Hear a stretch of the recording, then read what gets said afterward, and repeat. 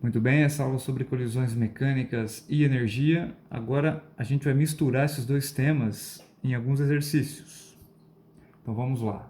Da aula passada, falei para vocês, que em todos os tipos de colisões, onde a gente despreza as forças externas que atuam no meu sistema, a quantidade de movimento do sistema é conservada. Então você calcula a quantidade de movimento inicial, você acha um número, e esse número permanece o mesmo no final, depois que o sistema interage. A gente fez um monte de exemplo.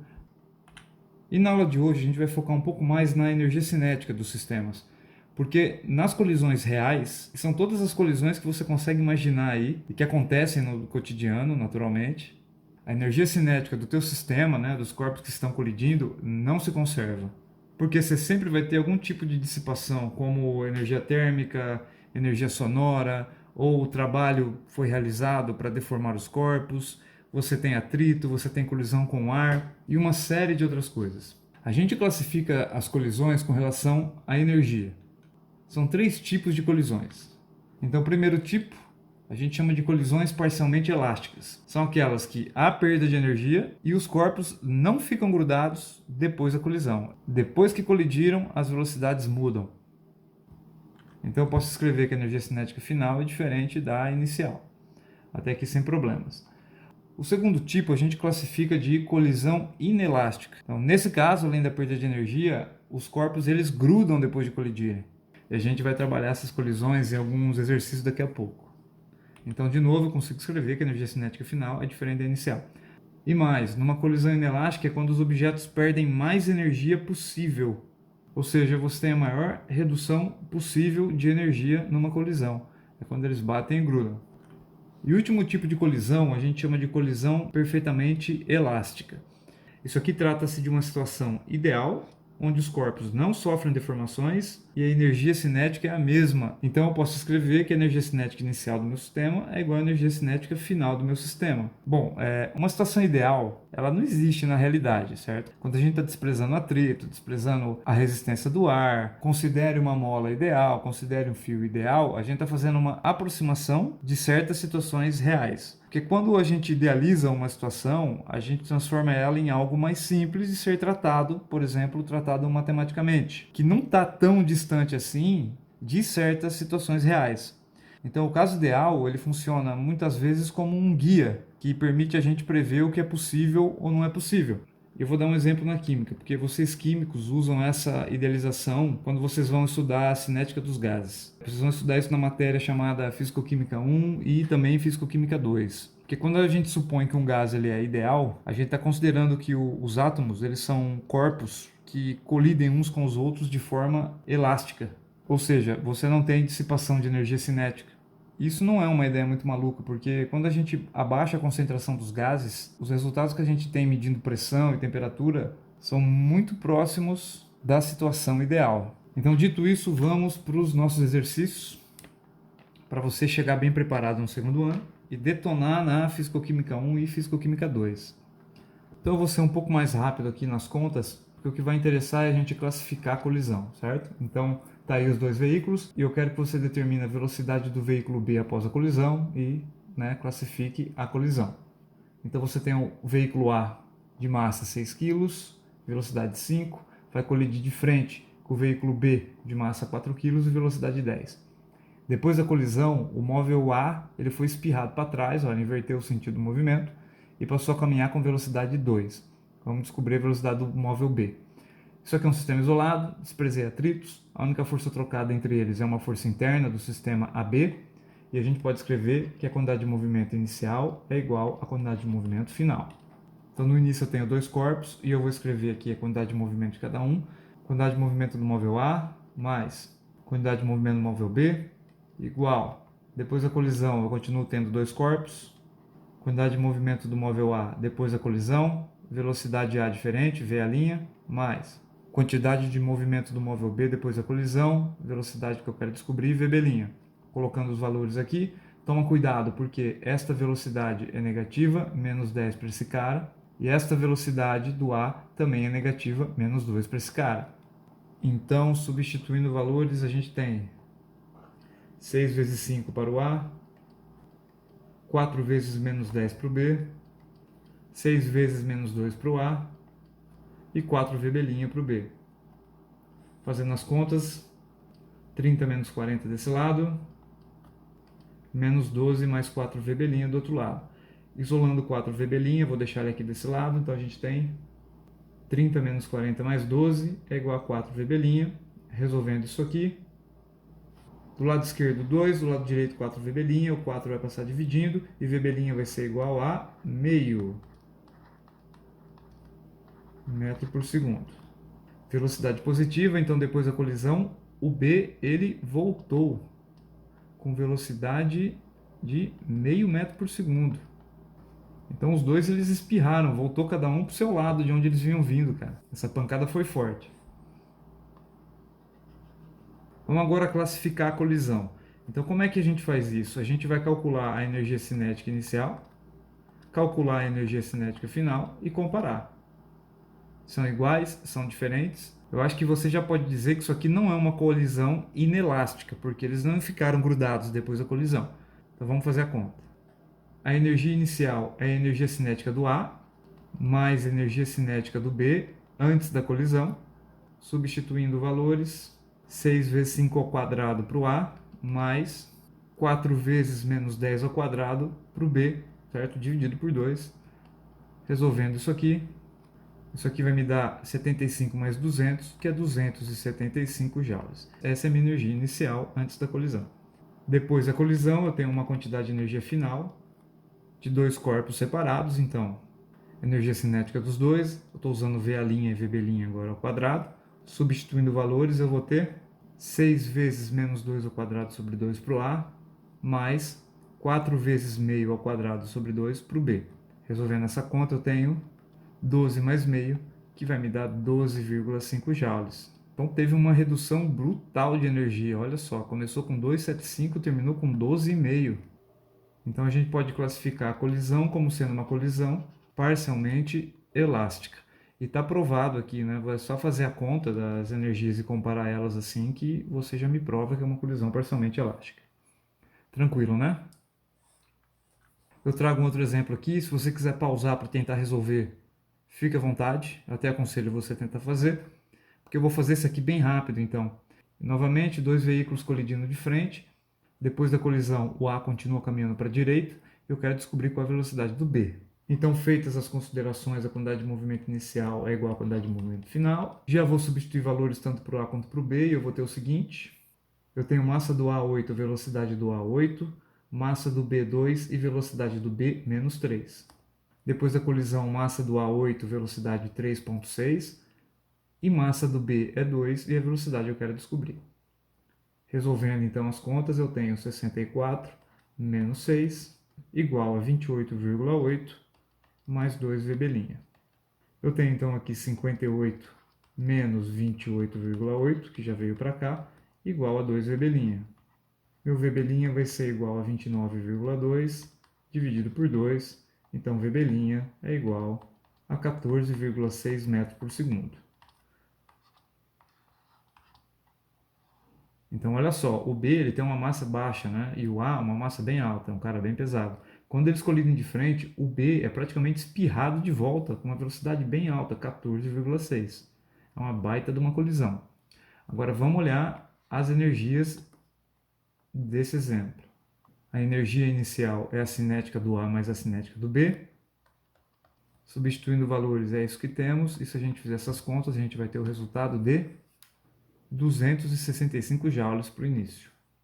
Só uma correção aqui, né? No símbolo eu coloquei a linha, mas não é linha, né? É o VA e o VB normal, né? Do início eu usei os números normais. É essa conta aí mesmo. Então, no fim, energia cinética do A mais energia cinética do B, substituindo valores, a gente vai ter o seguinte: 51,84 mais 213,16. E se você fizer essa conta, você vai encontrar magicamente o número de 265 joules, cara. Ou seja, a energia inicial é igual à energia final. Isso aqui trata-se de uma colisão perfeitamente elástica. Então esse aqui é um caso ideal, que se a gente for levar para o laboratório essa condição inicial, a gente nunca vai ter uma velocidade do B chegando a 14,6. Sempre alguma coisa menor. Mas se a gente conhece o caso ideal, se a gente sabe que idealmente essa é a velocidade do B, a gente sempre pode esperar valores menores que 14,6. Esse é o poder da idealização. Você consegue prever os limites do seu experimento. Então, este foi o exercício 2. Daqui para frente, a gente vai trabalhar coisas um pouco mais interessantes. Então, a gente tem aqui mais um exercício, esse é o 3, esse aqui é mais elaborado. Olha só, um bloco de massa meio quilo, inicialmente em repouso no ponto A. Então, a gente está falando desse sujeito. Você pode chamar ele de bloco A, sem problema, certo? Está lá no alto da montanha. Ele é largado de uma altura de 0,8 metros. 0,8 metros medido em relação ao solo. Esse bloco ele desliza sem atrito, isso aqui é bem importante, ao longo de uma superfície e colide com outro bloco de massa M.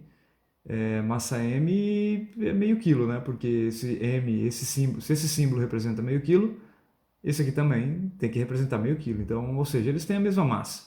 São dois blocos de mesma massa. E esse bloco que está lá embaixo, ele está inicialmente em repouso no ponto B. Daqui, você pode chamar ele de bloco B. Então o que vai acontecer? Você põe o cara aqui em cima, solta ele, ele começa do repouso, desliza sem atrito, colide com esse cara aqui. Determina a velocidade dos blocos após a colisão, considerando colisão inelástica. E aqui ele já deu a dica para nós. Você sabe que uma colisão inelástica é aquela em que os corpos batem e grudam. Enfim. Tá, e daí? E daí que para resolver esse tipo de coisa, você tem que ir por partes. Porque não adianta nada você ir direto para a colisão, porque antes da colisão, o camarada que estava lá no alto, ele vai estar aqui, andando para cá. Você não conhece a velocidade dele antes da colisão. Você não tem essa informação e você quer calcular a velocidade depois. Não tem como fazer essa conta. Então o primeiro passo é calcular esta velocidade desse bloco antes da colisão.